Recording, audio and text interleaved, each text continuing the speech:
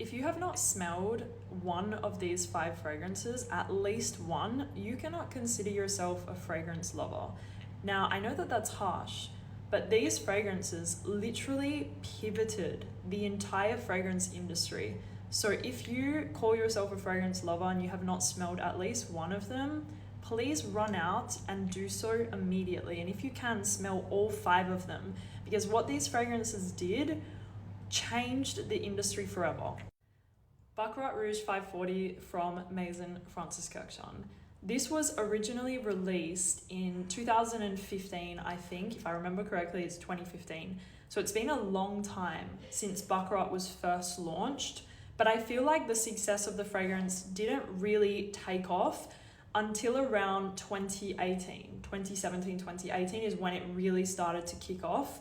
And this fragrance has really left its mark in the industry, and it will forever be remembered as a pivoting scent. So many brands, whether from like celebrity up until ultra niche brands, have done a twist or their kind of version of Baccarat Rouge 540. And we're all kind of tired of it at this point. Not the original, but we're all kind of tired of seeing brands release their kind of version of this scent.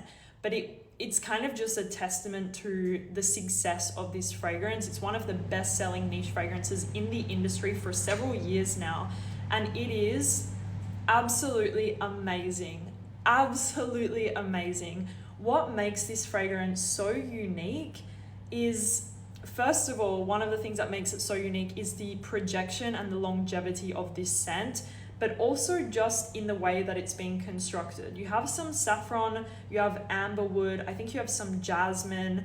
You have this really kind of sweet, airy quality. I think there's a lot of ethyl maltol in here, which is kind of like this candy floss, caramel, very airy, sweet molecule. And it's just amazing, like absolutely amazing. And it definitely changed the industry forever. This will be definitely in like the museums of fragrance for the rest of its life. Truly, it is a phenomenal scent.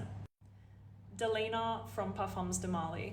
This was originally released in 2017, so it's been quite a while since this fragrance has been out there in the world, but it didn't really start going viral until I would say about 3-4 years ago. Before that, it was kind of a less known, but still quite a popular niche fragrance. Now it is a worldwide bestseller and one of the best-selling niche fragrances for women. It is right up there with Baccarat Rouge 540.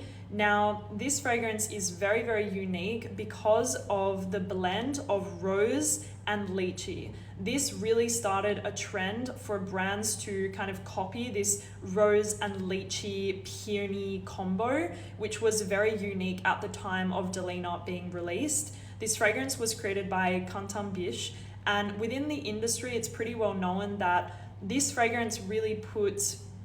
Kurkdjian Biche is a master perfumer at Givaudan. He is extremely talented. I know a lot of you guys love his creations, like all of them, but I think that Delina was really one of the fragrances that kind of established his name inside of the industry, and a lot of people know his success from this fragrance. So he went on to creating quite a few twists of this scent, if I do say so myself, but it's to be expected. Same with Baccarat Rouge. A lot of brands tried to do their twist on Baccarat Rouge. For instance, an example is Oud for Greatness from Initio. That is a very subtle and very interesting twist on Baccarat. Like, I know a lot of you guys would not expect that, but Oud for Greatness is an oud, but it has a Baccarat-y DNA. Delina as well, there is a lot of fragrances that have kind of been twisted with that rose, peony, and lychee DNA, but they take it far away from the original Delina character, if you know what I'm saying. Maybe I lost my track a little bit with that. If you don't know how this fragrance smells, it is the most gorgeous, really plush, velvety rose fragrance with a tartness from the lychee and the rhubarb that's in here. And you have this gorgeous, just really pink bouquet of plush florals, and it's just absolutely amazing, you guys. Like, it's an amazing rose fragrance. I will forever love this scent, even though I was wearing it back when it was not so popular online. I still love it to this day and still really recommend it as one of the most beautiful and feminine rose fragrances. This fragrance right here. This is Ganymede from Marc-Antoine Barrois. This fragrance was also created by Kurkdjian, who obviously created Delina, and this fragrance was launched in 2019. And this is probably one of the more recent releases that have really pivoted the entire industry. I have smelled countless dupes or kind of twists on Ganymede since its release in 2019, but nothing hits quite like the original Ganymede. This is so interesting, you guys. If you are into fragrances, if you are into collecting, this is definitely a fragrance that you need to smell. You need to put your nose on this scent, because what Kurkdjian did with this fragrance was really just explore a completely new direction and territory in perfumery. It is so insanely just peculiar. Like, I can't even explain this scent because it smells so strange to me. This is similar to Baccarat Rouge in the way that you will either love this fragrance or you will hate it. And personally, I'm sad about it, but I don't love this fragrance. I cannot wear it. I don't love it. I don't mind to smell it on somebody else, but for me, it is not at all my type of fragrance. But I respect the brand and the perfumer so much for taking this new direction, playing with different raw materials and trying to actually come up with a new direction in perfumery. And this is exactly what they did with Ganymede. So what you have is this really interesting saffron, violet, immortelle, just very peculiar fragrance. You definitely feel the saffron here. It definitely is like a saffron bomb, but it feels very airy. A lot of people think that this fragrance smells very like alien-y, like it definitely has something out of this world about it, and I totally agree with that description.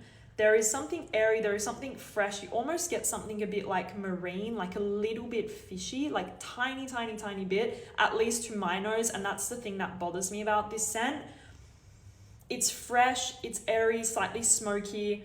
It's just so interesting, you guys. Like I said, you definitely need to put your nose on this fragrance, because if you wanted to smell a very pivotal scent in the fragrance industry, this is truly one of them. Some people consider this a masterpiece, and I totally agree. In terms of what they did with this fragrance, it is a true masterpiece. Aventus from Creed. This is a fragrance that I know almost all of you have probably seen or heard about or smelled, or you own or you used to own.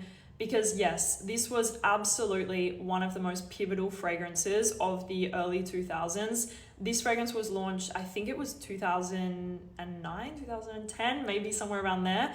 The perfumer behind the scent is Jean-Christophe Herold, and this fragrance absolutely changed the entire industry.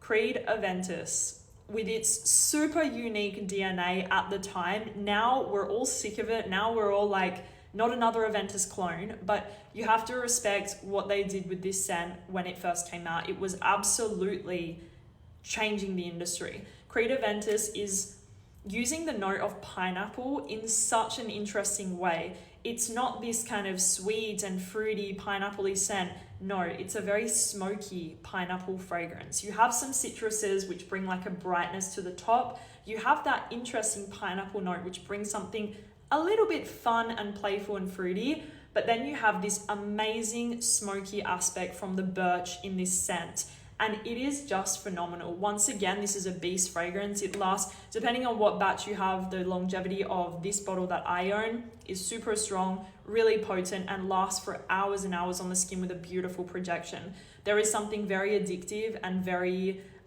captivating about the DNA of Aventus. Yes, it's been overdone now, but you definitely have to respect the scent. And finally, we have the newest fragrance in this video. This is Guidance from Amouage, which is also another Kurkdjian creation. Can you see a running occurrence here? Kurkdjian, he is in his prime right now. Truly in his prime.